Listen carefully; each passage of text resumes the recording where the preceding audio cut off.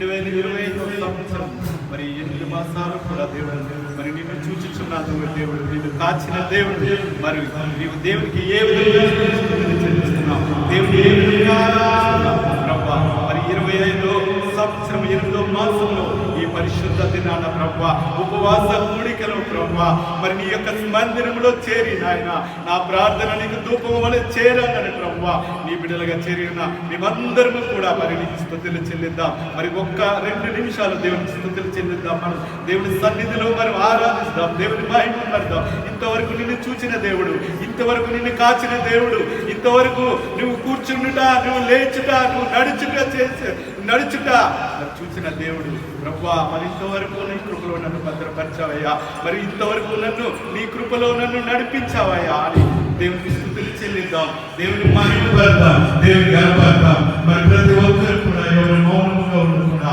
1-2 నిమిషంలో ప్రభా నా జీవితంలో నా కుటుంబంలో మరి నేను ఎన్నో పోగొట్టుకున్నప్పటికీ ప్రభా మరి నన్ను సజీవులుగా ఉంచిన విధానాన్ని బట్టి పొందనాలయ్యా, సజీవ రీతిలో నేను స్తుతించే భాగ్యాన్ని నాకు ఇచ్చిన విధానాన్ని బట్టి పొందనాలయ్యా. మరి ఉపవాస కూడికలో ప్రభా ఇంతవరకు నేను పాటల ద్వారా మహిమపరచడానికి నువ్వు నన్ను బలపరిచిన విధానాన్ని బట్టి పొందనాలయ్యా.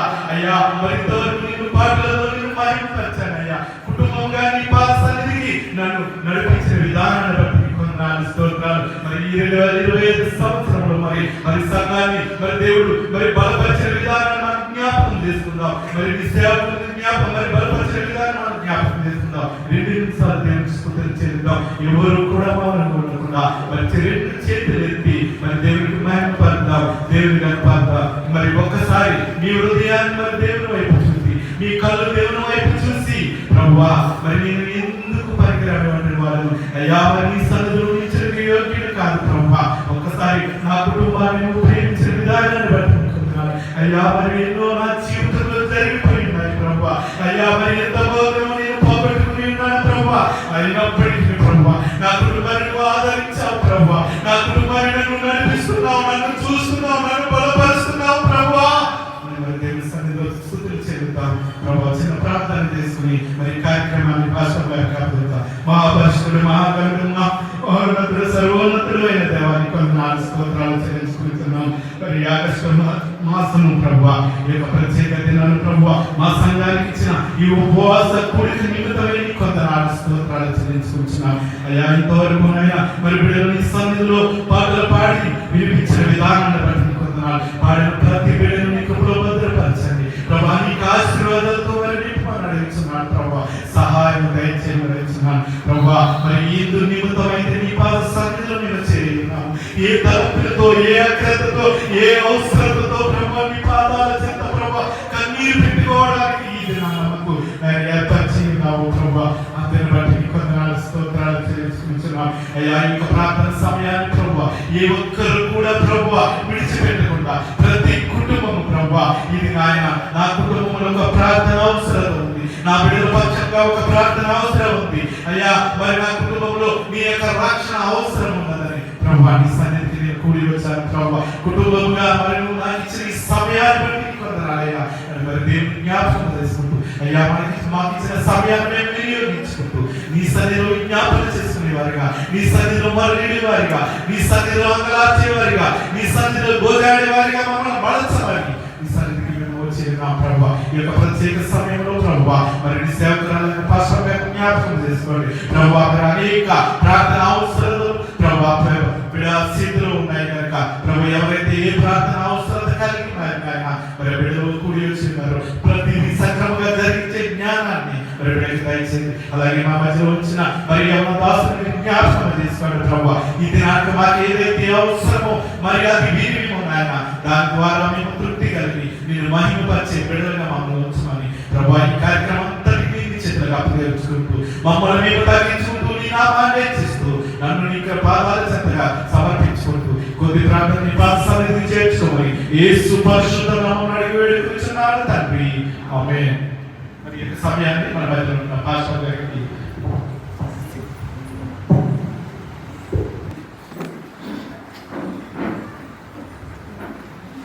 ఈ ప్రత్యేకమైన దినాన దేవుడు మన సంఘానికి అనుగ్రహించిన ఈ యొక్క అవకాశాన్ని మనం అందరం సద్వినియోగం చేసుకొని ఆయన సన్నిధానంలో చేరి ఈ యొక్క ఉపవాస ప్రార్థనలో పొందడానికి దేవుడు చూపెట్టిన కృపను బట్టి దేవాది దేవునికి వందనాలు తెలియజేసుకుంటూ, అలాగే ఈ ప్రత్యేకమైన దినాన మరి వర్షం ఉన్నప్పటికీ మరి దేవుడిని ప్రేమించి తన సంఘాన్ని ప్రేమించి మన ఎడల దేవుడు చేసిన అనేకమైన వేలను ఉపకారములను తలపోసుకుంటూ ఈవేళ ఆయన మందిరానికి వచ్చేసిన బిడ్డలైనటువంటి మీ అందరికీ ప్రత్యేకమైన వందనాలు తెలియజేస్తా ఉన్నాను. ఈ యొక్క ఉపవాస ప్రార్థన, ఈ ప్రత్యేకమైన ఉపవాస ప్రార్థనలో ఒక ప్రాముఖ్యమైన అంశాన్ని మనము ధ్యానించుకొని ఉన్నాం. మత్తయి సువార్త 17వ అధ్యాయము 14వ వచనం నుండి 21వ వచనం వరకు మనము ఆ వచనాల్లో ఉన్నటువంటి కొన్ని అంశాలను మనం ఈవేళ ధ్యానించుకొని ఉన్నాం. మత్తయి సువార్త 17వ అధ్యాయము 14వ వచనం నుండి 21వ వచనం వరకు. వారు జన సమూహమునకు వచ్చినప్పుడు ఒకడు ఆయన యొద్దకు వచ్చి ఆయన ఎదుట మోకాలుని, ప్రభువా నా కుమారుని కనికరింపుము, వాడు చంద్రరోగి అయి మిక్కిలి బాధపడుచున్నాడు. ఎలాగనగా అగ్నిలోను నీళ్ళలోను తరచుగా పడుచున్నాడు. నీ శిష్యుల యొద్దకు వానిని తీసుకొని వచ్చితిని గాని వారు వానిని స్వస్థపరచలేకపోయిరని చెప్పెను. అందుకు యేసు, విశ్వాసము లేని మూర్ఖపు తరము వారలారా, మీతో నేను ఎంతకాలం ముందును ఎంతవరకు మిమ్మల్ని సహితును, వానిని నా యొద్దకు తీసుకురండి అని చెప్పెను. అంతటా యేసు ఆ దయ్యమును గద్దింపగా అది వారిని వదిలిపోయాను. ఆ గడియ నుండి ఆ చిన్నవాడు స్వస్థత నొందెను. తరువాత శిష్యులు ఏకాంతముగా మేమెందుచేత దానిని వెలగొట్టలేకపోతేమని అడిగిరి.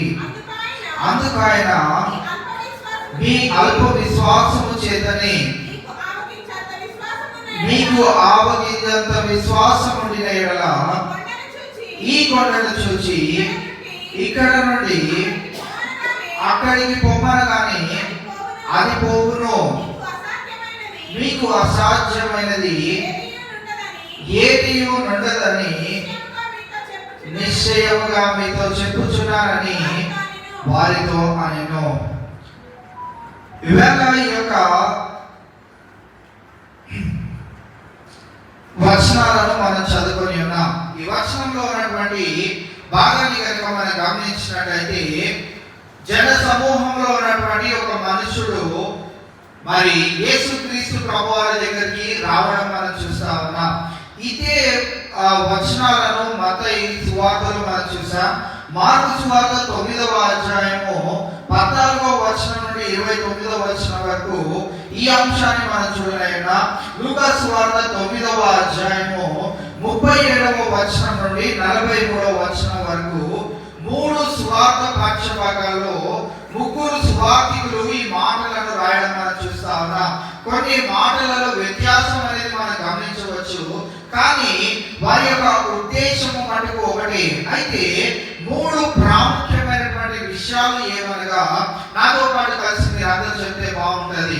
ఈ మత్తయి సువార్తలోని 17వ అధ్యాయంలోని 21వ వచనంలో తెలియజేయబడిన మాట నాతో పాటు మీరు అందరూ కలిసి చెప్పాలని నేను ఆశపడతా ఉన్నాను. మీకు అసాధ్యమైనది ఏదియో లేదు. మీకు అసాధ్యమైనది ఏదియూ లేదు. రెండవది మార్కు సువార్త 9వ అధ్యాయం 23వ వచనంలోనికి వెళ్ళినట్లయితే, మార్కు సువార్త 9వ అధ్యాయము 23వ వచనంలోనికి వెళ్దాం. అక్కడ చెప్పబడిన మాట మనం అందరం కలిసి చెప్తాం. నమ్ముట నీ వలనైతే నమ్మువానికి సమస్తమును సాధ్యమే. మళ్ళొకసారి చెప్తామా?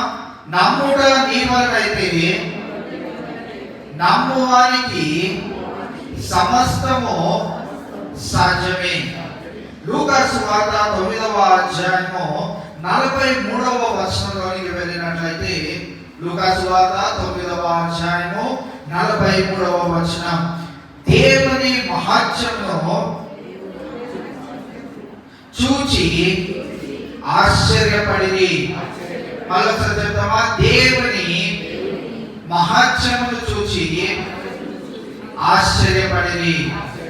ఈ మూడు అంశాలను మీ మదిలో ఉంచుకున్నట్లయితే వాక్య ధ్యానంలోకి మనం వెళ్తూ ఉండగా మనం ఆ వచనాలను ఇంకొక లాస్ట్ లో ఒక అంశాన్ని మీకు తెలియజేస్తూ, ఈ మూడు వచనాలు మన జీవితంలో, మన ప్రార్థన అనుభవంలో, మన ఉపవాస ప్రార్థనలో కూడా ఏ రీతిగా సహాయపడతా ఉంటాయి.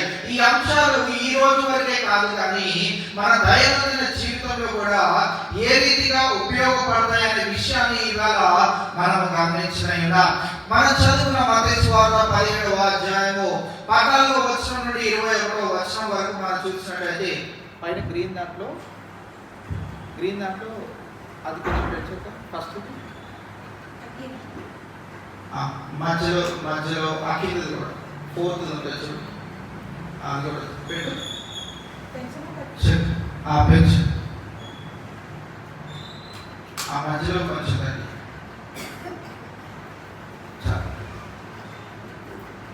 మత్తయి సువార్త 17వ అధ్యాయము 14వ వచనం నుండి 21వ వచనంలో మనం చదువుకున్న ఆ లేఖన భాగాల్లో ఏం గమనిస్తా ఉన్నాము అంటే, యేసుక్రీస్తు ప్రభువారు జన సమూహం మధ్యలోనికి వెళ్ళినప్పుడు ఒక మనుషుడు ఆయన దగ్గరికి రావడం మనం చూస్తా ఉన్నాం.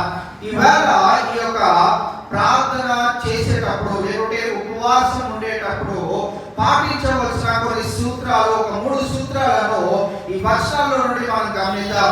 మొట్టమొదటిగా ఈ ప్రార్థన లేకుంటే ఉపవాసం అనే ఈ యొక్క అనుభవంలో మనం వచ్చేటప్పుడు ఎలా పడితే అలా దేవుని మందిరానికి లేకుంటే ఉపవాసంలో చేసేటప్పుడు మనం చేయకూడదు. ఉపవాసము లేకుంటే ప్రార్థన అంశం మనం కలిగి మన జీవితంలో ఉన్నప్పుడు మనము దేవుని యొద్దకు ఏ రీతిగా రావాలో ఈ మనుషుని యొక్క జీవితంలో నుంచి ఒక 3 అంశాలను మనం నేర్చుకునైనా. మొట్టమొదటిగా 14వ వచనంలో మనం చూసినట్లయితే, వారు జన సమూహం వద్దకు వచ్చినప్పుడు ఒకడు ఆయన యొద్దకు వచ్చి ఇవాళ మనం అందరం ఎక్కడికి వచ్చాము? దేవుని యొద్దకు వచ్చాము. చాలా ప్రత్యేకమైనటువంటిది ఇది. అందరూ దేవుని మందిరానికి వస్తారు. లేకుంటే ఈరోజు హాలిడే ఉంది, వర్షం పడుతుంది, దేవుని మందిరానికి వెళ్ళకపోతే ఏమైందిలే, ఇంట్లో ఉండి ప్రార్థన చేసుకుందాము అనుకునే వారు కూడా కొంతమంది ఉండొచ్చు. ప్రత్యేకత ఎక్కడ ఉన్నది అని అంటే, సంఘము ఒక కార్యక్రమం కానీ ఒక ప్రార్థన అంశంను కానీ ఏర్పాటు చేసినప్పుడు దానిలో మనము పాలిభాగస్తులం అవడము దేవునికి ఎంతో ఇష్టమైనటువంటిది. ఇవాళ ఈ మనుషుని యొక్క లక్షణాల్లో మనం ఏం చూస్తా ఉన్నామంటే, ఆయన యొద్దకు రావడం చాలా కష్టతరమే. వర్షం పడతా ఉంది, వర్షంలో తడిస్తే మనకి అనారోగ్యం వస్తే మన ఉద్యోగాలు చేసుకోలేము, పడక మీద పడ్డట్లయితే మన పరిపాలన చేసుకోలేము, మన జీవనాన్ని ముందుకు కొనసాగించలేము. కరెక్టే, కానీ వస్తుంది ఎవరి దగ్గరికి అనేది చాలా ప్రాముఖ్యమైనది. ఇవాళ ఈ మనుషుడు ఆయన యొద్దకు వచ్చి మొట్టమొదటి ప్రాముఖ్యమైన అంశం ఏంటి అంటే, ఆయన యొద్దకు రావాలి. ఆయన యొద్దకు రానిదే ఆయన నాకు ఏమి చేయడా అంటే, చేయొచ్చు చేయకపోవచ్చు, కానీ ఆయనకి ఇష్టమైంది ఏంటి అంటే ఆయన యొద్దకు మనము రావాలి. అనేకమైన ప్రార్థన అంశాలు ప్రతి ఒక్కరి జీవితంలో ఉంటాయి. ప్రతి ఒక్కరి జీవితంలో ఉంటున్నప్పుడు మనము కూడా కొన్ని ప్రార్థన అంశాలతో ఎక్కడికి వచ్చాము అంటే ఆయన పాదాల యొద్దకు మనం వచ్చాము. రెండో ఎదుట మోకాలుని. రెండవ ప్రాముఖ్యమైన విషయం ఏంటిది అంటే మోకాలుని. మోకాల అనుభవంలో, మోకాలు ఉండడంలో మనం ఏం చేస్తా ఉన్నామంటే మన శరీరాన్ని మనము నలగొడతా ఉన్నాం. మన శరీరాన్ని మనము నలగొట్టడం ద్వారా ఆయనకు మనము సాగిలపడి నా వలన ఏమీ కాదు, నీ వలనే సమస్తము సాధ్యము అని మనము ఆయన పాదాల చెందుకు వచ్చి ఏం చేస్తా ఉన్నాము అంటే సాగిల పడతా ఉన్నాం. మోకాలు ఉండడం వలన లభించే ఆ యొక్క గొప్ప కార్యాలను ఈ యొక్క మనుషుల జీవితంలో నుంచి మనము నేర్చుకోలేము. మొట్టమొదటిది ఏం చెప్పండి? ఆయన యుద్ధకు రావడం. రెండవది ఏం చెప్పండి? మోకాలు ఉండడం. మోకాలు ఉండి ఆయన పాదాల చెందుకు రావడం అనేది చాలా శ్రేష్టమైనది. 15వ వచనంలో మనము మరి ఒక శ్రేష్టమైన అంశాన్ని మనం చూస్తా ఉన్నాం. అదేంటిది అంటే ప్రభువా నా కుమారుని కనికరింపు. ఈ కనికరించు అనే ఒక పదము యొక్క పర్యాయ పదాలు కనుక మనం గమనించినట్లయితే నన్ను క్షమించుము, లేకుంటే నన్ను నా పైన దయ చూపుము అనే పదాలు కూడా వస్తూ ఉంటాయి. మనం చాలా విషయాల్లో తప్పిపోతూ ఉంటాం. మనం చాలా విషయాలు నేను చెప్తా ఉంటాను చాలా సార్లు. దేవుడు నీవు అడిగింది ఇవ్వబోతున్న సమయంలో మన ఉద్దేశాలు ఎలా ఉంటాయి అంటే ఇన్ని దినాలు నేను ప్రార్థన చేశాను, దేవుడు నా మొర ఆలకించలేదు కనుక నేను ఇంకా ఈ ప్రార్థనను ఆపివేస్తాను అని మనం ఎప్పుడైతే అనుకుంటామో దేవుడు అప్పుడు అనుకుంటాడు. అప్పుడు అనుకోవడం అంటే ఆయన చిత్తము నెరవేర్చే ఆ యొక్క సమయము, సాతానుడు మనల్ని ఓడించే సమయం రెండు ఎలాగ ఢీకొంటాయో నేను చెప్తా ఉన్నా. దేవుడిని అడుగుతా వచ్చాము, ఇక దేవుడు చేయడు అని వదిలిపెట్టే ఆ యొక్క సమయము, దేవుడు చేయవచ్చున ఆ యొక్క సమయము రెండు ఎలా ఉంటాయి అంటే ఇంకా చాలే ఎన్ని రోజులు ఉపవాసం ఉంటావు, దేవుడు చేయడేమో, నువ్వు అడిగింది చాలా పెద్దదేమో, దేవునికి మించినది నువ్వు అడిగావేమో, దేవుడు చేయలేని నువ్వు అడిగావేమో అని సాతానుడు పదే మనల్ని ఏం చేస్తా ఉంటాడు అంటే నలగొట్టుతా ఉంటాడు, మనల్ని కృంగతీస్తా ఉంటాడు, ఇంకా చెయ్యకులే అని మనల్ని మోసపరుస్తూ ఉంటాడు. అవేళ మనం జ్ఞాపకం ఉంచుకోవాల్సిన ప్రాముఖ్యమైన విషయం ఏంటి అంటే ఆ సమయంలో ఇంకా బహు ఎక్కువ కాలము మనము ప్రార్థన చేయవలసిన అవసరత ఎంతో ఉన్నది. ఏమని ప్రార్థన చేయాలి అని అంటే ఇక్కడ ఈ భక్తుడు లేకుంటే ఈ యొక్క మనుషుడు తన కుమారుని నిమిత్తమై ఏమంటున్నాడు అంటే అయ్యా నా కుమారుని కనికరింపు. ఈవేళ మనం కూడా మన కుటుంబాల నిమిత్తమై మన వ్యక్తిగత జీవన విషయమై మనం ఏం చేయాలి అంటే అయ్యా నన్ను కరుణింపుము, నీ కటాక్షం నా మీద ఉంచుము, నీ యొక్క కరుణ, నీ యొక్క క్షమాపణ నా మీద ఉంచుము అని మనం ప్రార్థన చేసేవారిగా ఉండాలి. మొట్టమొదటి ఏంటిది? ఆయన యొక్కకు. రెండవది ఏంటిది? మోకాలు ఉండడం. మూడవది ఏంటిది? దేవా నన్ను కనికరించుము, దేవా నన్ను క్షమించుము, దేవా నన్ను మరి ఈ పాపముల నుండి తప్పించుము అని ఆయన దగ్గరకు. చాలా మంది మనం అనుకుంటా ఉంటాం నేను ఏం తప్పు చేస్తున్నానని, నేను రోజు ప్రార్థనే కదా చేసుకుంటుంది. మనం బయటకి వ్యర్థమైన మాటలు పలకట్లేదేమో, బయటకి వ్యర్థమైనటువంటి క్రియలను మనం జరిగించట్లేదేమో, బయటకి వ్యర్థమైనటువంటి పనులను మనం చేయట్లేదేమో, కానీ మన దేవుడు దేన్ని లక్ష్య పెడతాడంట? హృదయమును ఆయన లక్ష్య పెడతాడు. హృదయంలో అనేకమైన అనుకుంటా ఉంటాం. ఉదాహరణకి మనం గమనించినట్టయితే ఒకవేళ ఈ చర్చ్ బయట బాగాలేదు అని ఎవరైనా చాలా కష్టపడి తుడిచారు, ఎవరో తెలుసుకోకుండా బురదకాలు వేసుకొని మొత్తం పైకి వచ్చి ఇక్కడ చేతులు కడుక్కున్నాడు అనుకుందాం. ఇప్పుడు ఆ వ్యక్తికి ఎలా ఉంటుంది చెప్పండి? ఇంత కష్టపడి ప్రయాసతో ట్యాప్ల నుంచి నీళ్లు రాకపోయినా కింద నుంచి బకెట్లు మోసుకొని వచ్చి ఇదంతా శుభ్రపరిస్తే ఈ వ్యక్తి ఇలాగే నడుచుకుంటూ వచ్చి బురద కాలతో ఇక్కడే చేతులు కడుక్కోవాలా అని మనకి ఎలా ఉంటుంది మన మనసులో? బయటికి ఏం చెప్పం, బయటికి ఏమైనా అంటామా? ఏమనం. మరి లోపల ఏమనుకుంటామంటే ఈ మనిషికి ఏమీ పని పడలేదు, ఇంత కష్టపడి కడిగితే. అలాంటి ఉదాహరణలు మన జీవితాల్లో అనేకమైనవి మనము అనుకుంటా ఉంటాం. కాబట్టి ఇవాళ మన హృదయాన్ని మనము కడుగు దేవా అని అడగాలి. నా హృదయాన్ని క్షమించు దేవా, నా హృదయంలో ఉన్నటువంటి పాప మలినం అందరినీ తీసివేయ దేవా అని మనము ప్రార్థన చేసేటప్పుడు ఆ అనుభూతిలోనికి రావాలి. అడిగేస్తా ఉంటాం అనేకమైన అడుగుతా ఉంటాం.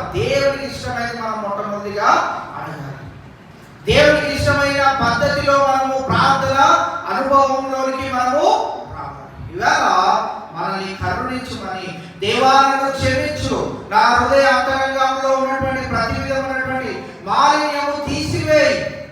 అప్పుడు కదా నీ ప్రార్థన దేవుడు వింటాడు, అప్పుడు కదా నీ ప్రార్థన దేవుడు ఆలకిస్తాడు, అప్పుడు కదా నీ మనవిని దేవుడు మరి వింటాడు.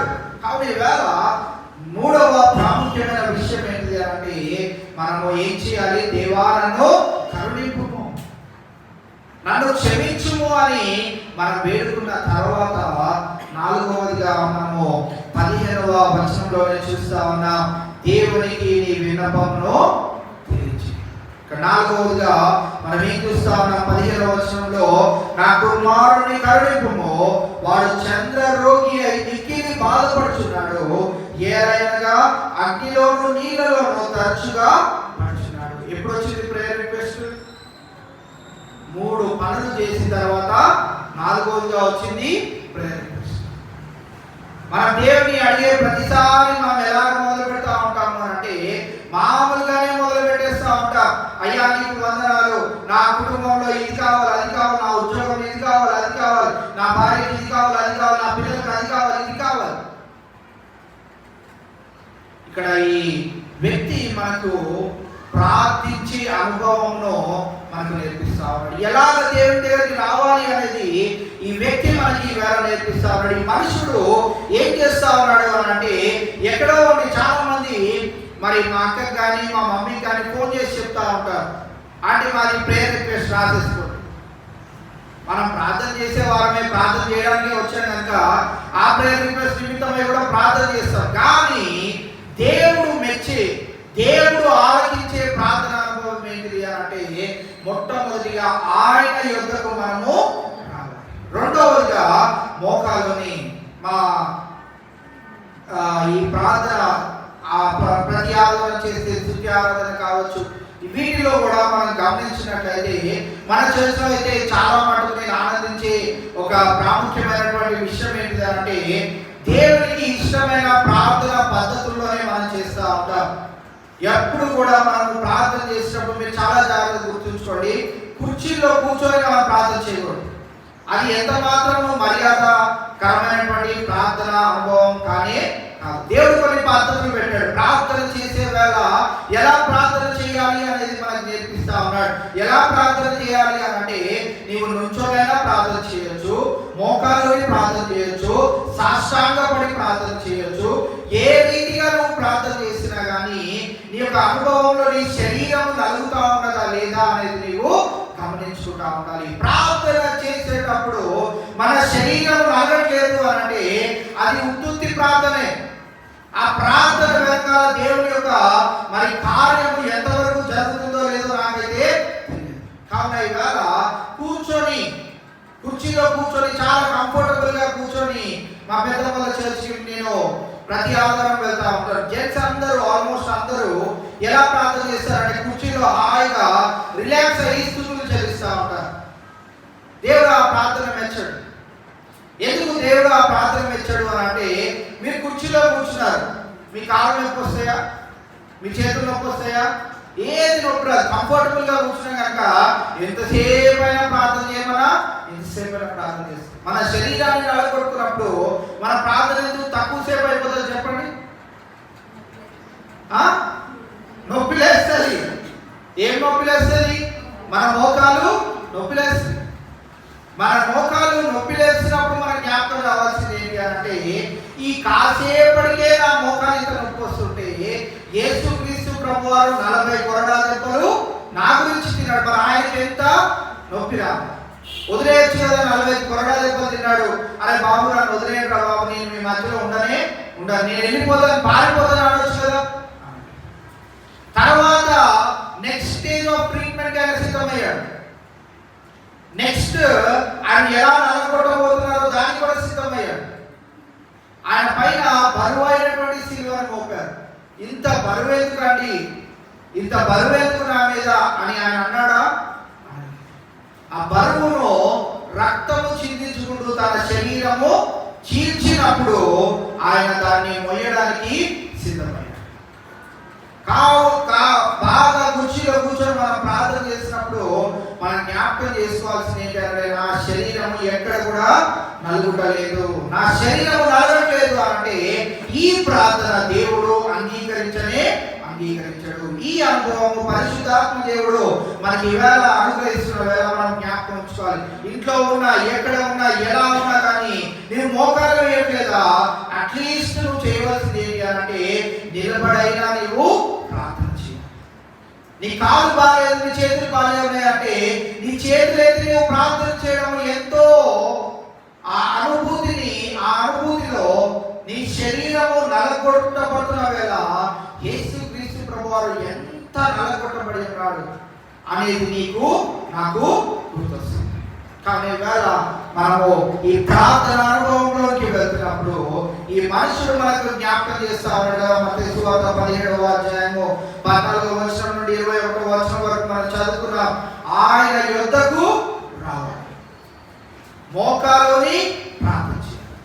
ఈవేళ మన మోకాలు వేయలేని పరిస్థితుల్లో అట్లీస్ట్ మనం నిలబడేగా దేవునికి ఒక మర్యాదను మనం ఇచ్చేవారిగా, దేవునికి మనము గౌరవాన్ని ఇచ్చేవారిగా మనం ఈవేళ ప్రార్థన అనుభవంలో ముందుకు కొనసాగుదాం. మూడవదిగా దివానను క్షమించు. ఈ ప్రార్థన చేస్తున్న వేళ మనం కూడా ఈ అంశాలను జ్ఞాపకం చేసుకొని దాని తర్వాత మనం ఎవరి గురించి అయితే ప్రార్థన చేస్తున్నామో వారి గురించి మనం ప్రార్థన చేద్దాం. అది 4వ అంశంగా ఏమన్నాడు, దేవునికి నీ విన్నపమును తెలియజేయి. 4వ అంశంలోకి వచ్చింది, దేవునికి మన విన్నపమును తెలియజేయి.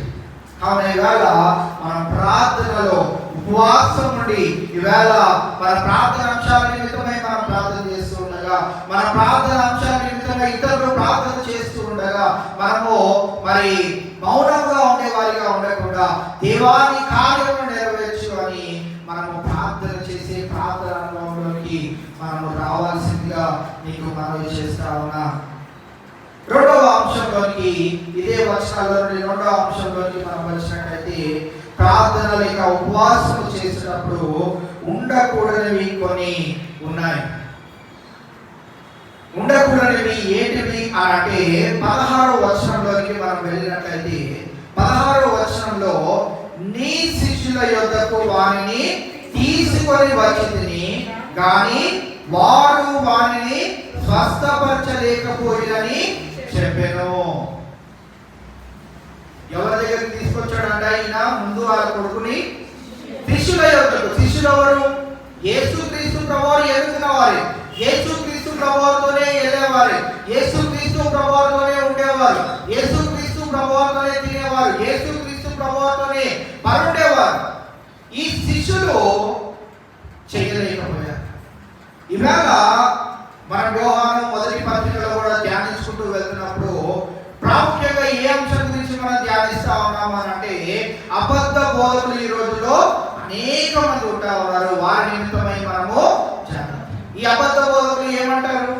యేసు లేడని అంటారా? యేసు స్వస్థపరచడం అంటారా? అనరు.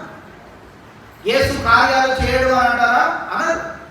వీరు కూడా యేసయ్య నామములోనే చేయడానికి ప్రయత్నం చేస్తారు. కానీ యేసయ్యను కొన్నిసార్లు వీరు ఏం చేస్తా ఉన్నారంటే అలాగ కప్పిపెట్టి వీరికి ఘనతను తెచ్చుకునేటట్టుగా వీరి యొక్క పనులను లేకుంటే వీరి యొక్క కార్యములను వీరు జరిగిస్తా ఉన్నారు. వీరి ప్రార్థనలు వీరు జరిగిస్తా ఉన్నారు. ఈ కాల ఉదయకాల సమయంలో కూడా ఇంకా ఎవరు రావట్లేదని యూట్యూబ్ లైవ్ లో రోజు వైజాగ్ ప్రాంతంలో ఒకరు, ఆయన పేరు కూడా ప్రాఫెట్ మోసెస్ అనో ఏదో ప్రాఫెట్ అని పెట్టుకున్నాడు, ప్రవక్త అని పెట్టుకున్నాడు.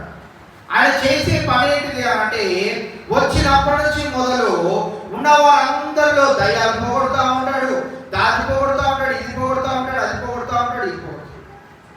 మీరు జ్ఞాపకం ఉంచుకోండి, అలాంటి వారి దగ్గరికి వెళ్ళినప్పుడు మీ అవసరతలు వారికి చెప్పినప్పుడు వారు ఏమని అంటారు అంటే అయ్యా వీరిలో నుంచి దయ్యాన్ని పోగొడు, వీరిలో నుంచి ఆ సమస్యను పోగొడు, వీరిలో నుంచి ఆ అప్పులను పోగొడు, వీరిలో నుంచి అనారోగ్యం పోగొడు, మిమ్మల్ని ఆనందింపచేసే విషయాలని వారు చెప్తారు. నిజంగా అలా జరుగుతుందంటారా? చాలా గణనీయమైనటువంటి సేవలు చేసిన శిష్యులు కావచ్చు, బోధకులు కావచ్చు, వారి జీవితాలలో అనారోగ్యం ఉన్నప్పటికీ దాన్ని దేవుడు తీసివేయదు.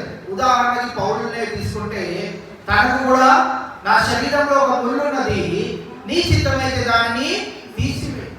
ముళ్ళుంది కనుక నేను ఆ ముళ్ళును పట్టుకొని నేను అక్కడికి వెళ్తాను ఇక్కడికి వెళ్తాను, నీ సేవ మటుకు చేయరు, ఇది తీస్తే కానీ చేయను అని అనలేదు.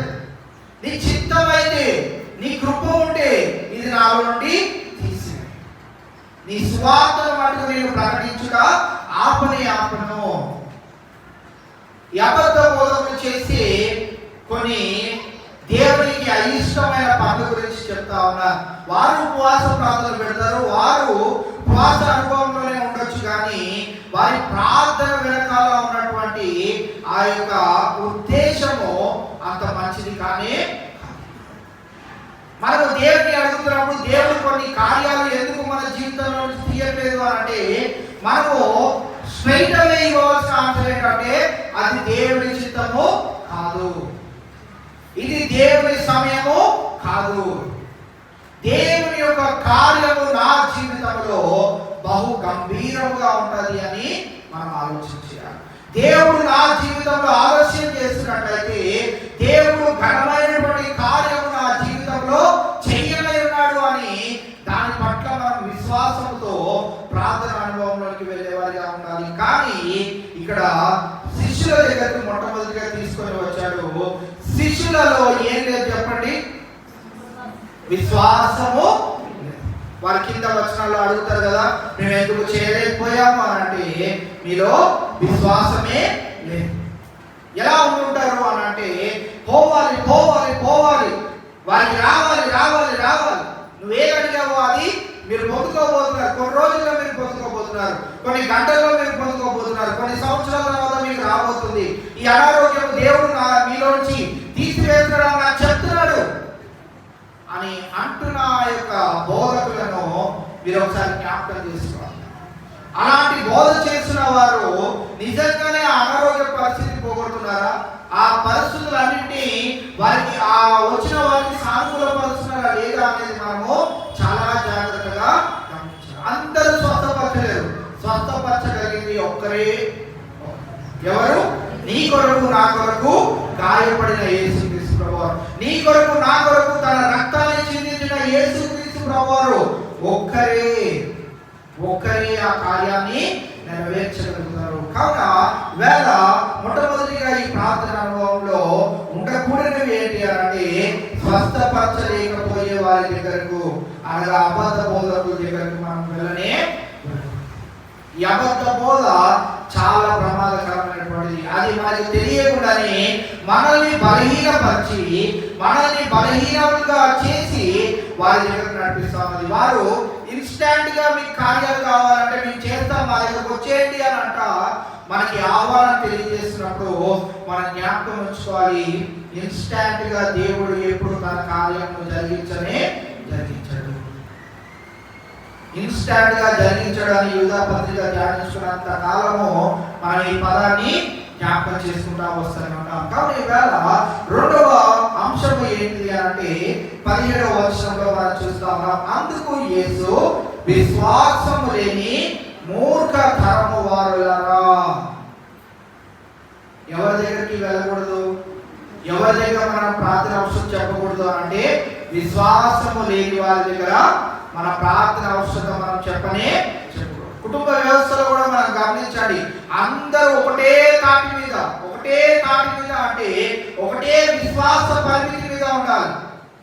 భర్త వస్తుందో లేదో అని అనకూడదు, భార్య ప్రార్థన చేసినప్పుడు భర్త వస్తుందో లేదో అనకూడదు, భర్త విశ్వాసంలో ఉన్నప్పుడు భార్య ఎందుకయ్యా దాని గురించి ప్రార్థన చేసినా అది మనకి రాదు అని అనకూడదు. పిల్లలు ప్రార్థన చేస్తున్నప్పుడు రే ఎందుకురా దాని గురించి ప్రార్థన చేస్తున్నావు అని మనం అనకూడదు. ఎప్పుడైనా మనం జ్ఞాపకం ఉంచుకోవాలి, మనం అడుగుతుంది ఎవరిని అంటే కార్యాలను సఫలపరిచే దేవుడు. ఆశామాషి అని అడగట్లేదు, ఒక మనిషిని అడగట్లేదు, మనుషుల ద్వారా దేవునిగా మార్చబడిన వారిని మనం అడగట్లేదు, ఒక రూపాన్ని కాదు మనం అడగట్లేదు, ఒక విగ్రహాన్ని కాదు మనం అడగట్లేదు, సజీవుడిగా ఉన్నటువంటి యేసుక్రీస్తు ప్రభువారిని మనము అడుగుతాం. ఆయన కార్యము ఖచ్చితంగా నెరవేరుస్తాడు కనుక మనము ఆయన దగ్గరికి వెళ్తున్నప్పుడు విశ్వాసం లేని మూర్ఖుల వలె, మూర్ఖపు తరము వలె మనం ఉండకుండా కుటుంబం యావత్తు ఒకటే తాటి మీద, ఒకటే విశ్వాస పరిమితి మీద దేవుడు ఖచ్చితంగా చేస్తాడు. ఆ విశ్వాస పరిమితి లేని గుంపుతో కానీ, లేని కుటుంబంతో కానీ మనం ఎలాగ ప్రవర్తించాలి అంటే వారి విశ్వాసాన్ని బలపరిచేవారిగా. కుటుంబాలు విడిపోద్దని నేను అనట్లేదు, కానీ కుటుంబంలో ఒకవేళ ఒకరికి విశ్వాసం బలముగా ఉంది, ఒకరి విశ్వాసము బలహీనముగా ఉన్నది, అప్పుడు మనం ఏం చేయాలి అంటే విశ్వాసాన్ని మనము బలపరుచుకుంటూ ఒకరికొకరు మనము ఇలాంటి మాటలను యేసుక్రీస్తు ప్రభువు చెప్పిన బోధనలను మనం జ్ఞాపకం చేసుకుంటూ, అయ్యో మనకి విశ్వాసం లేనట్లయితే మన దేవుడు ఏమని మనల్ని అంటాడు?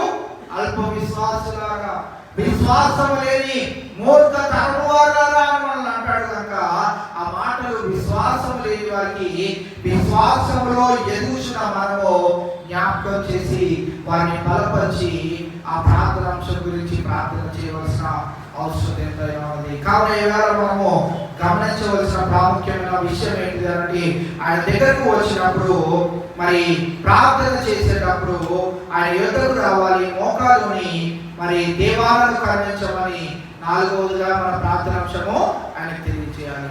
రెండవదిగా ఉండకూడనివి ఏంటి అంటే, స్వస్థపరచలేని వారి దగ్గరకు వెళ్ళకుండా స్వస్థపరచగలిగిన దేవుని దగ్గరకు వెళ్ళేవారుగా, విశ్వాసం లేని వారి దగ్గరకు వెళ్ళే కంటే విశ్వాసంతో దేవుని దగ్గరకు వెళ్ళినప్పుడు దేవుడు మన కార్యములను నెరవేర్చగలుగుతాడు. మన జీవితంలో కూడా కార్యాలు జరగకుండా ఉండడానికి గల కారణము ఏంటిది అంటే 20వ వచనంలో ఆ పదాలను మనం చూస్తా ఉన్నాం. మన జీవితంలో కార్యాలు ఎందుకు జరగట్లేదు అనే దానికి మనం గమనించినట్లయితే మనలో ఏమున్నది అంటే అల్ప విశ్వాసం.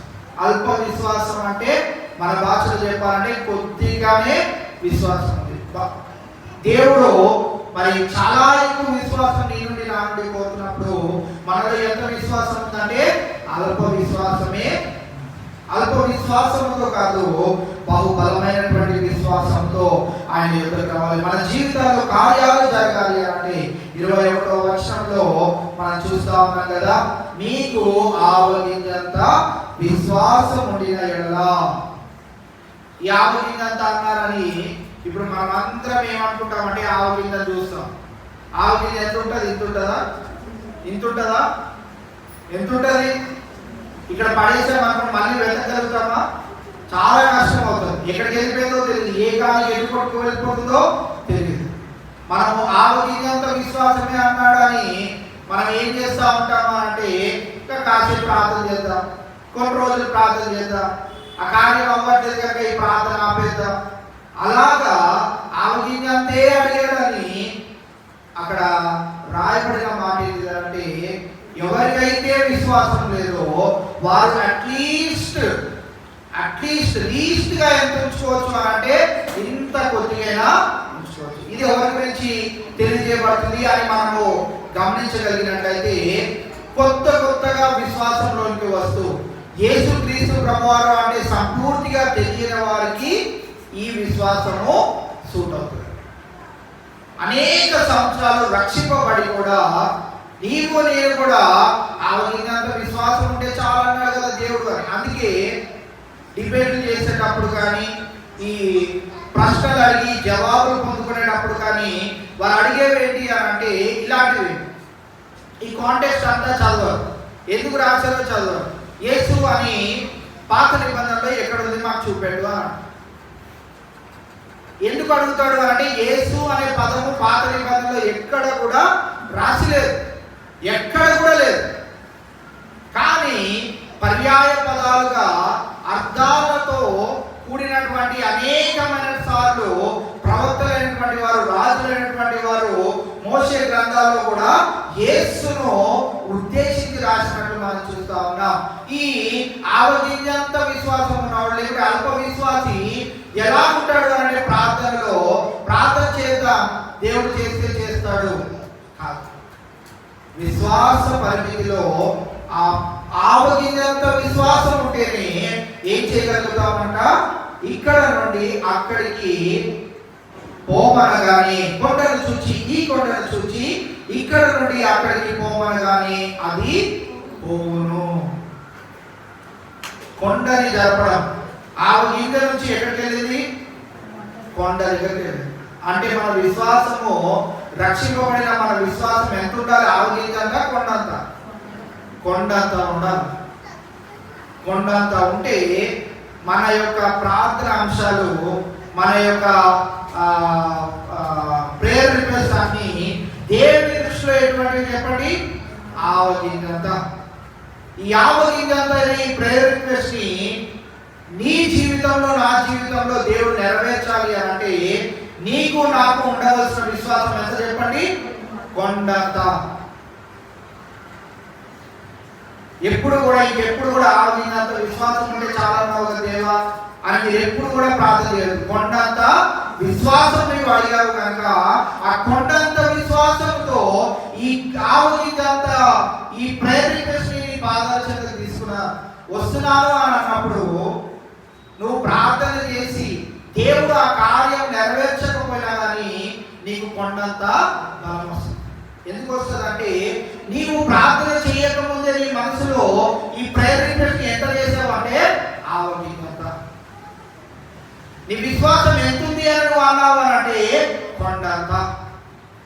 అక్కడే ఆ ప్రేయర్ రిక్వెస్ట్ అయినా అవ్వకపోయినా వెంటనే నీ మదిలో వచ్చే ఆ బలము, ఆ శక్తి, ఆ ధైర్యం ఎటువంటిది అంటే అది దేవుడు కార్యం చేయకపోయినా పర్వాలేదు, ఈ విశ్వాసం నాలో ఉంటే చాలు.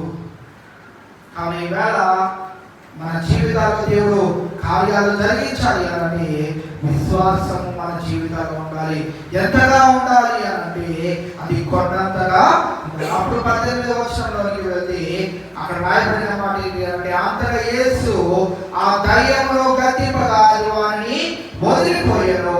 ఆ గడియ నుండి ఆ చిన్నవాడు స్వస్థత పొందెను. దేవుని యొక్క కార్యము మనం ఖచ్చితంగా చూస్తాం. సో ఈ యొక్క అధ్యాయం అంతటిలో లేకపోతే ఈ భాగం అంతటిలో మనం గమనించగలిగినట్లయితే దేవుని దగ్గరికి వచ్చేటప్పుడు మనము దేవుని యొద్దకు వచ్చాం. మొట్టమొదటి పని ఏంటిది? అది చేసేసాం. ఉపవాసంతో ఉన్నామో లేదో పక్కన పెడదాం. దేవుని యొద్దకైతే మనము వచ్చాం. ఒక ప్రార్థన అంశంతో మనం దేవుని యొద్దకు వచ్చాం. ఈ వాక్యం అయిపోయిన తర్వాత మనం చేయవలసిన రెండో స్టెప్ ఏంటి చెప్పండి? మోకాలు. మోకాలు వేరేని పరిస్థితుల్లో అట్లీస్ట్ మనం నిలబడైనా ప్రార్థన చేసేటప్పుడు అట్లీస్ట్ మనము నిలబడైనా ప్రార్థన చేయాలి. మూడవదిగా మనం ఏం చేయాలి? దేవా నన్ను కరుణించు, దేవా నన్ను క్షమించు. ఆ మాటని మీరు ఎప్పుడు గుర్తుంచుకోవాలని నేను మళ్ళీ ఒక్కసారి జ్ఞాపకం చేస్తాను. కీర్తన 139 23, 24 వచనాలు ఏముంటది అక్కడ? దేవానను పరిశోధించినను పరీక్షించుము, నీకు ఆయాసకరమైన మార్గము నాయందు ఉన్నదేమో చూడుము, నిత్య మార్గమున నన్ను నడిపించుము. క్షమాపణతో కూడిన ప్రార్థన దావీదు భక్తుడు 139వ కీర్తనలో చేయడం మనం చూస్తా ఉన్నాం. దేవానను క్షమించి మని. తర్వాత మనం ఏం చేయాలి? నాలుగవదిగా మన విన్నపమును ఆయనకు తెలియజేయాలి.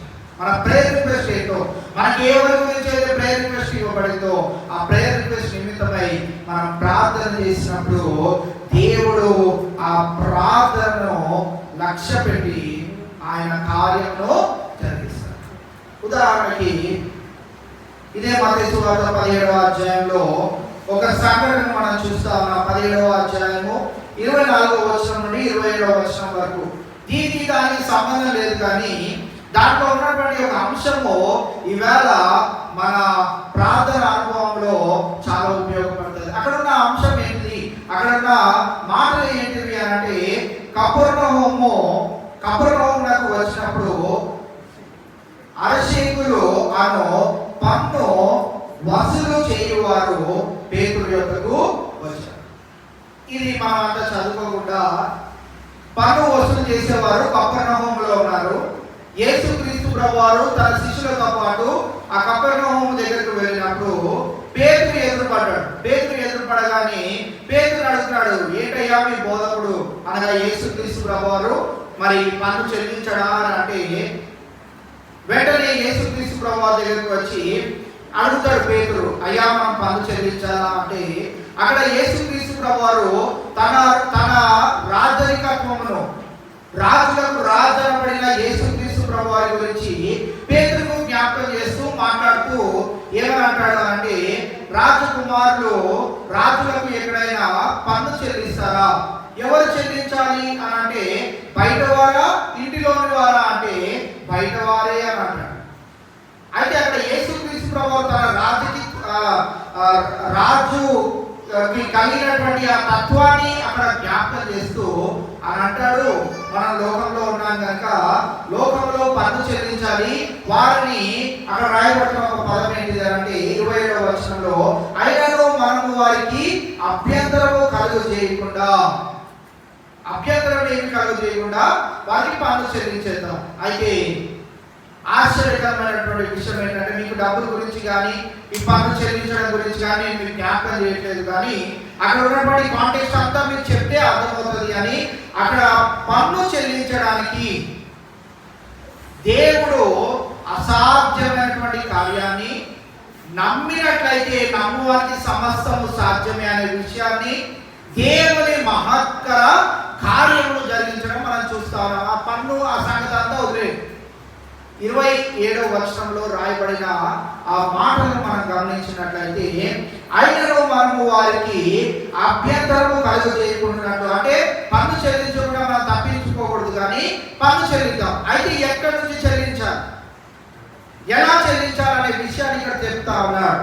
మొట్టమొదటిగా ఏంటి అంటే, నీవు సముద్రమునకు పోయి గాలము వేసి మొదట పైకి వచ్చు చేపను పట్టుకొని దాని నోరు తెరిచిన ఎడల ఒక షెకెలు దొరుకును, దానిని తీసుకొని నా కొరకును నీ కొరకును వారికి ఇమ్మని అతనితో చెప్పాను.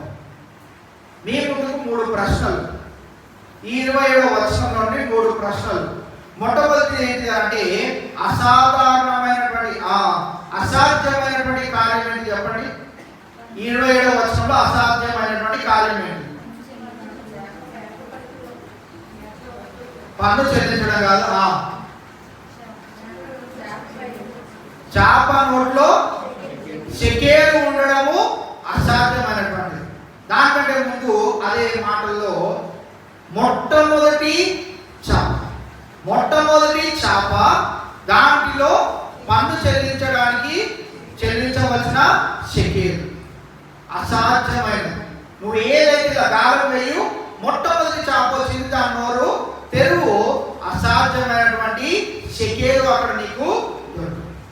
రెండవది, నమ్ముట నీ వల్ల అయితే నమ్మువానికి సమస్తం సాధ్యమే. ఏంటిది ఇక్కడ ఈ వచనంలో నుండి ఏంటిది? పేతురు వెళ్ళడం చెప్పాడు యేసయ్య. మనకి చెప్తే ఎలా ఉంటుంది చెప్పండి? అరే ఎవరైనా పక్కింటోనో ఎక్కడో తెలిసిన వాళ్ళో మీ ఫ్రెండ్స్నో ఎవరైనా అడుగురా, ఆ 4 రూపాయలు ఇస్తే ఆ 4 రూపాయలు తెచ్చి ఆ హౌస్ ట్యాక్స్ ఏదో కట్టేసి ఊరుకుంటారు. ఇక్కడ పేతురు ఏం చేశాడు? నమ్మాడు. ఎక్కడికి వెళ్ళడానికి? వారు కపెర్నహూములో ఉంటే ఆయన చెప్పినట్టుగా స్టెప్ బై స్టెప్, నువ్వు సముద్రంకు వెళ్ళు, అక్కడ గాలము వేయు, మొట్టమొదటి చేప వస్తుంది. వీటన్నిటికీ ఇదంతా జరిగించడానికి అసలు పేతురు వీరందరిలో చాలా పెద్దవాడు, వృద్ధుడు.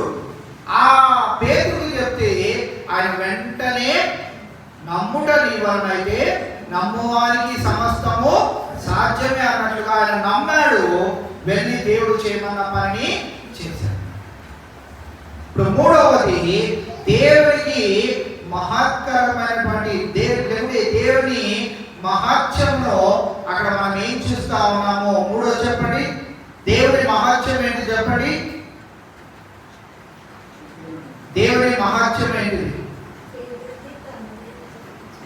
పేతురుది తనది.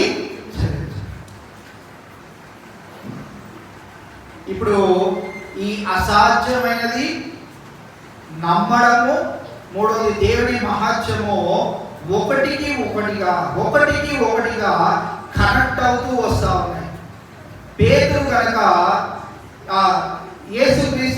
పేతురు కనుక వారి ఎదుటకు పన్ను చెల్లించే వారి ఎదుటకు కనపడినట్లయితే ఈ కాంటెక్స్ట్ అసలు వచ్చేది అసాధ్యమైనటువంటి కార్యము జరగడానికి పేతురు వారికి ఎదురుపడడం, పేతురు ఆయన దగ్గరికి రావడం, పేతురు రాగానే ఆయన ఆ కార్యము ఎలా జరుగుతుందో ఆయనకు వివరించడం, అసాధారణమైనటువంటి పద్ధతిలో సుసాధారణముగా కార్యము జరగడం మనము చూస్తాం. ఇవాళ ఈ ఉపవాస ప్రార్థన అనుభవంలో మనం కూడా దేవుని దగ్గర నుంచి ఏం నేర్చుకొని ఉన్నాము అంటే అసాధ్యము కానటువంటిది నీవు విశ్వసించినట్లయితే దేవుని మహత్యమును అనేకులు మన ద్వారా చూచారు.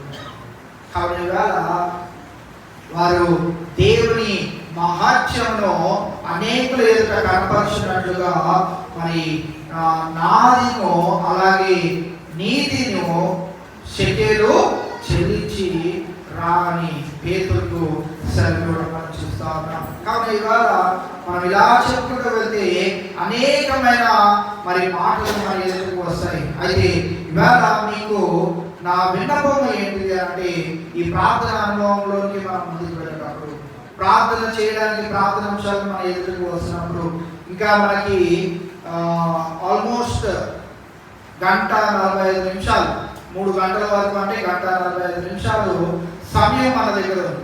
ఈ సమయాన్ని మనం ఎలా సద్వినియోగం చేసుకోవాలంటే చెప్పబడిన ప్రతి ఒక్క మాట జ్ఞాపకం చేసుకుంటూ నెంబర్ వేసుకుంటూ ఆ రీతి విశ్వాసం నాలో ఉన్నదా లేదా, ఆ రీతిగా దేవుడు కార్యం చేస్తాడని నమ్ముచున్నారా లేదా, ఇది అసాధ్యమైనది, ఇది జరగదన్నట్లుగానే ఉన్నది, కానీ నా దేవుడు జరిగించగలుగుతాడు. అయితే ఆయన నా దగ్గర నుంచి విశ్వాసమును కోరుతున్నాడు కనుక నమ్ముట నీవానైతే నమ్మువారికి సమస్తము సాధ్యమన్న దేవుడి దగ్గర నేను వచ్చాను. సాధ్యము కానిది సుసాధ్యం చేయగలిగే దేవుడి దగ్గరకు నేను వచ్చాను. ఆయన మహత్యమును నేను చూడాలి అని ఎవరైతే ఇవాళ ప్రార్థన అనుభవంలో ముందుకు కొనసాగడానికి మనం వచ్చి ఉన్నామో, మనము ప్రార్థన చేసేటప్పుడు ఏం చేయాలి? ఆయన యొద్దకు రావాలి. రెండవది మోకాలని, మూడవది మన పాపములను మన అపరాధములను ఆయన ఎదుట ఒప్పుకోవాలి, నాలుగవదిగా మన విన్నపం ఏంటో ఆయనకు అటు రీతి ప్రార్థన అనుభవంలో మనం ముందుకు కొనసాగుతాం. పరిశుద్ధాత్మ దేవుడు రాబోయే గడియలన్నింటినీ నిశ్చయముగా మన జీవితాల్లో ఆశీర్వాదకరముగాను ఆయన మహత్యమును అనేకులు చూచేటట్లుగాను మన జీవితాల్లో కార్యములను సఫలపరచుగాక దేవుడి కొద్ది మాటలు మనందరి వినికిడిలో భద్రపరచుగాక. ముందున్న సమయము మరి పాస్టర్ గారు కొనసాగిస్తారు కనుక మీ దగ్గర ఇవ్వబడిన ప్రేయర్ రిక్వెస్ట్ పేపర్లో మీ ప్రేయర్ రిక్వెస్ట్ రాసి పాస్టర్ గారికి ఇచ్చినట్లయితే మనం తదుపరి ప్రార్థనాంశాల్లో ప్రార్థనలో ముందుకు కొనసాగుతాం.